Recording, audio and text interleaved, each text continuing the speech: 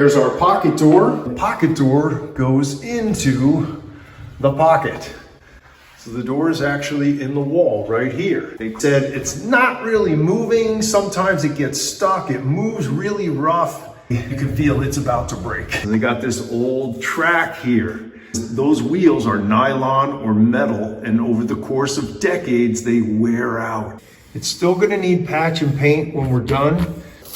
Let's get all of this off. There it is. Once I've got it started, then it pries out pretty easily. With that out, now you can see the screw right there. We have access to the screws. And just work this thing down. I'm gonna wiggle that thing so it doesn't break. I just unscrew the track and then pull it down and slide the door off of it. I'll put my pry bar up here and just bend this thing right down. I'm just gonna snip it off. Look at that, didn't even need a saw. Now with that out of the way, I can pull the door out. You know how that went in? What we're gonna do is open up the wall and get the old track out. This is a 32-inch door. So I know the track goes all the way back to here, but I don't need to get to the exact end of the track. I'm gonna go over 22 to 24 inches. That way, if I can't save this, I can put my 2 foot by 2 foot square back in there.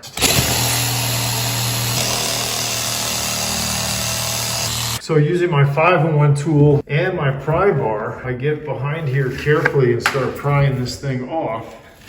That just came off.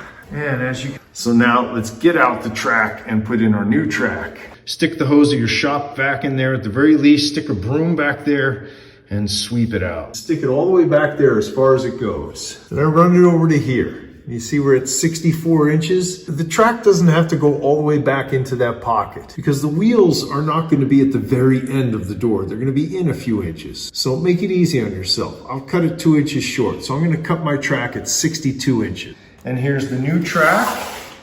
And it's got the new wheels in here and the clips that attach to the top of the door. And these tracks come in 6 foot lengths. You want to make sure it's centered in the pocket. And you also want to get it level. Put screws in all the holes or most of them, and that distributes the weight.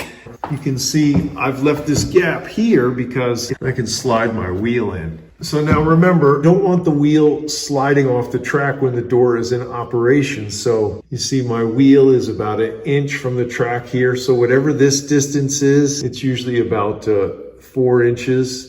So I'm gonna mount the bracket on my door 4 inches from the edge of the door. That way, when the door hits the edge, the wheel is not gonna go off. I'm gonna put the wheel about 3 inches from the edge here because the closer the wheel is to the edge on the pocket side, the easier it is to get the pocket door in. So I just made a line here 3 inches from the edge. Now I've got this locking mechanism facing toward the side I'm working. You want to get this thing centered on the door. If it's offset, it can cause the door to lean and it could rub. I pre-drilled the holes. So there it is. I've got the screws in. It's got nice alignment in the center of the door, and we've got our latch facing the proper way.